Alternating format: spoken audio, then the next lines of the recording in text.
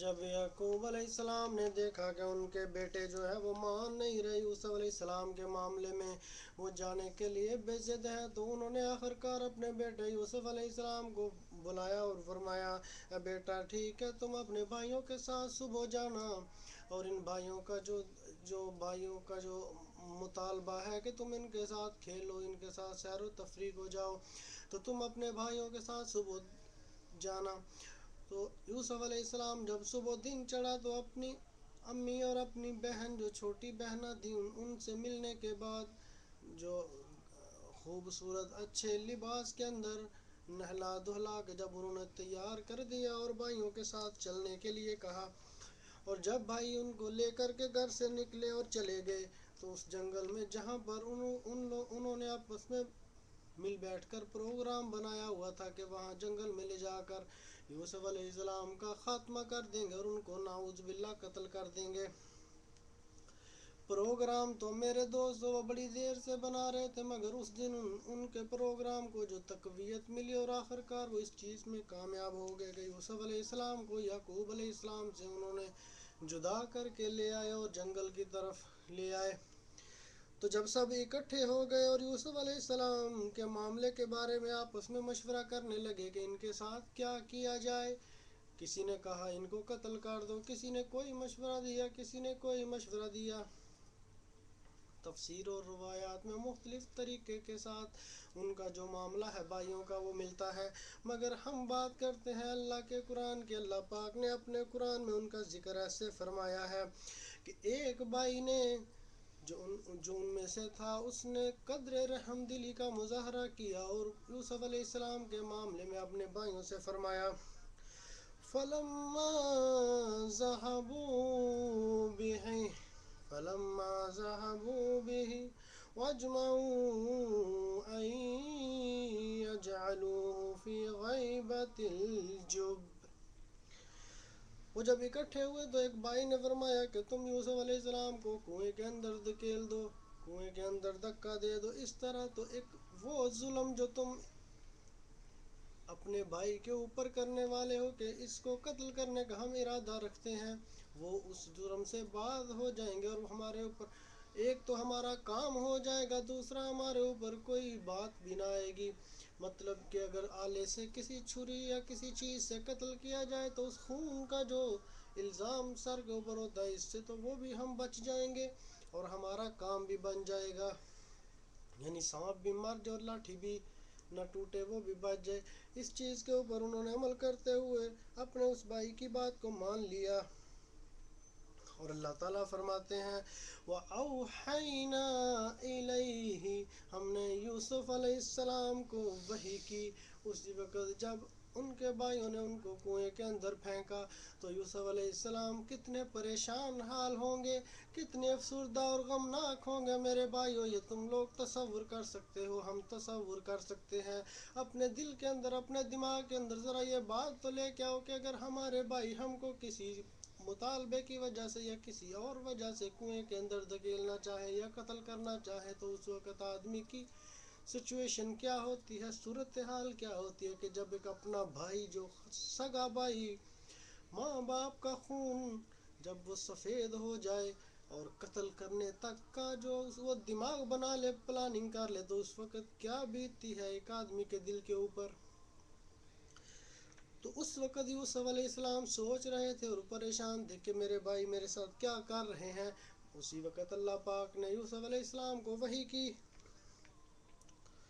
کیا وحی کی؟ وَأَوْحَيْنَا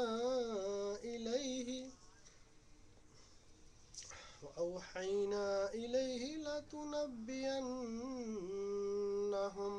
اور میرے یوسف علیہ السلام تم غم نہ کرو،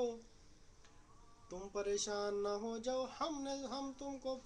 جو ہے ضائع نہیں کریں گے، بلکہ تم ان کو انہی کی اس بات پہ، اس عمل پہ جو یہ کر رہے ہیں ان کو بتاؤ گے، متنبع کرو گے، تنبیہ کرو گے۔ کب کرو گے؟ ھذا وَھُمْ لَا يَشْعُرُونَ،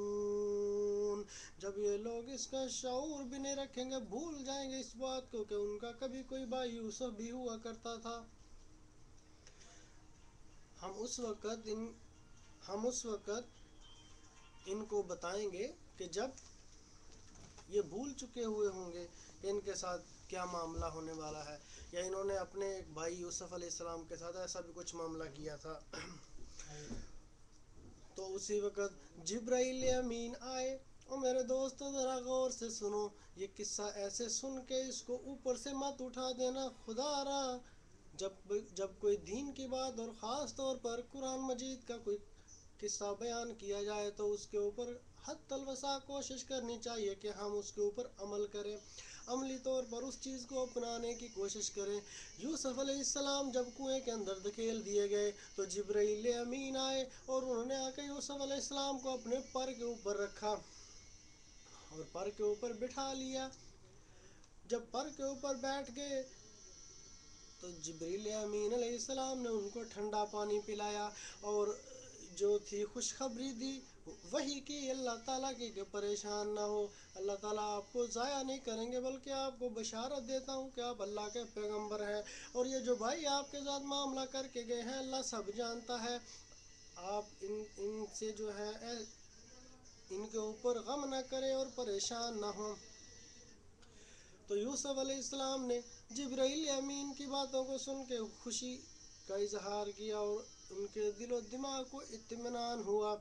اسی اطمینان کے ساتھ وہ ادھر بیٹھے رہے، حتیٰ کہ وہاں پر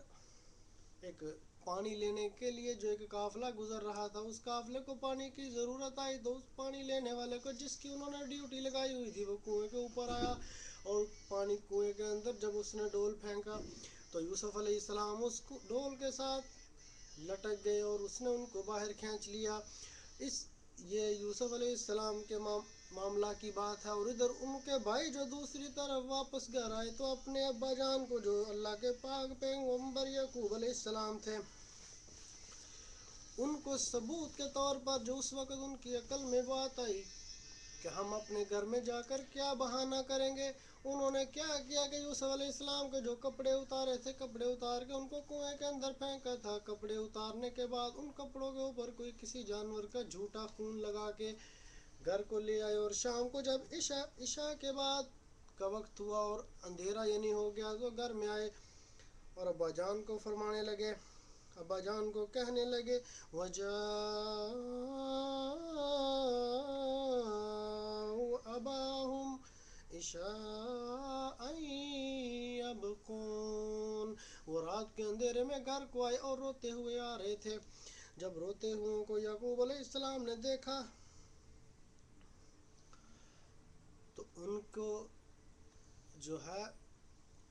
ان کا دل اور دماغ کے اندر وہ گھنٹیاں بجنے لگی کہ کوئی خیر نہیں، یہ خیر کی خبر نہیں لے کے آئے، میرا یوسف نظر نہیں آ رہا، اور یہ بھی رو رہے ہیں۔ مگر انہوں نے صبر کیا، اور صبر کرتے ہوئے ان کے ساتھ جو کلام کیا وہ اللہ تعالیٰ نے قرآن مجید میں بیان کیا ہے کہ جب وہ رات کو روتے ہوئے آئے اور یوسف علیہ السلام کا وہ قمیض جو انہوں نے اتار کر جھوٹا خون لگایا ہوا تھا وہ یعقوب علیہ السلام کو دیا، قال بل سولت لکم انفسکم،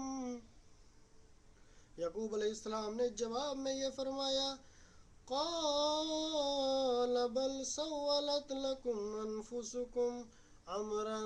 فصبر جمیل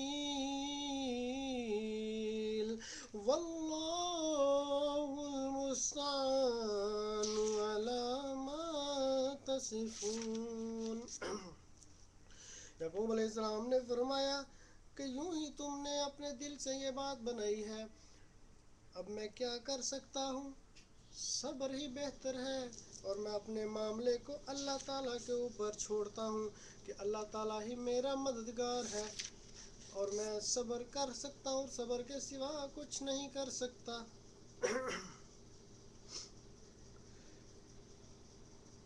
انہوں نے یعقوب علیہ السلام نے یہ بات جو اپنے بیٹوں کو وہ قمیض دیکھ کے کہی، قال بل سولت لکم، کہ تم نے اپنے نفس ہی سے یہ بات بنائی ہے۔ روایات میں آتا ہے کہ انہوں نے جو سب سے بڑی غلطی کی تھی کہ یوسف علیہ السلام کا جو کرتا تھا اس کو ثابت ہی سالم ہی کر لیا ہے، تو یعقوب علیہ السلام نے جب دیکھا کہ اس کے بٹن تک نہیں ٹوٹے ہوئے، کوئی خراش تک نہیں آئی ہوئی، کرتا پھٹا ہی نہیں، تو انہوں نے حیرت کا اظہار کیا، کمال ہے، بھیڑیا کتنا عقل مند تھا جو بڑے آرام سے کرتے اتار کے اس نے بچے کو کھایا۔ تو یہ ذہن کے اندر جو اللہ تعالیٰ نے ان کو اشارہ دیا، اور اس کے اوپر انہوں نے جو تھا صبر کیا، اور اپنے معاملے کو اللہ تعالیٰ کی طرف جو تھا منسوب کیا کہ اللہ تعالیٰ ہی مجھے صبر دے اور اللہ تعالیٰ ہی میرا حامی و ناصر ہے۔ تو اس بات سے دوستو سبق یہ ملتا ہے کہ یعقوب علیہ السلام بھی جو تھے وہ علم غیب نہیں جانتے تھے، کہ اگر وہ جانتے ہوتے کہ یوسف علیہ السلام کو یہ کنویں میں پھینک کے آئے ہیں اور میرا بچہ جو ہے وہ بالکل اپنی جگہ پر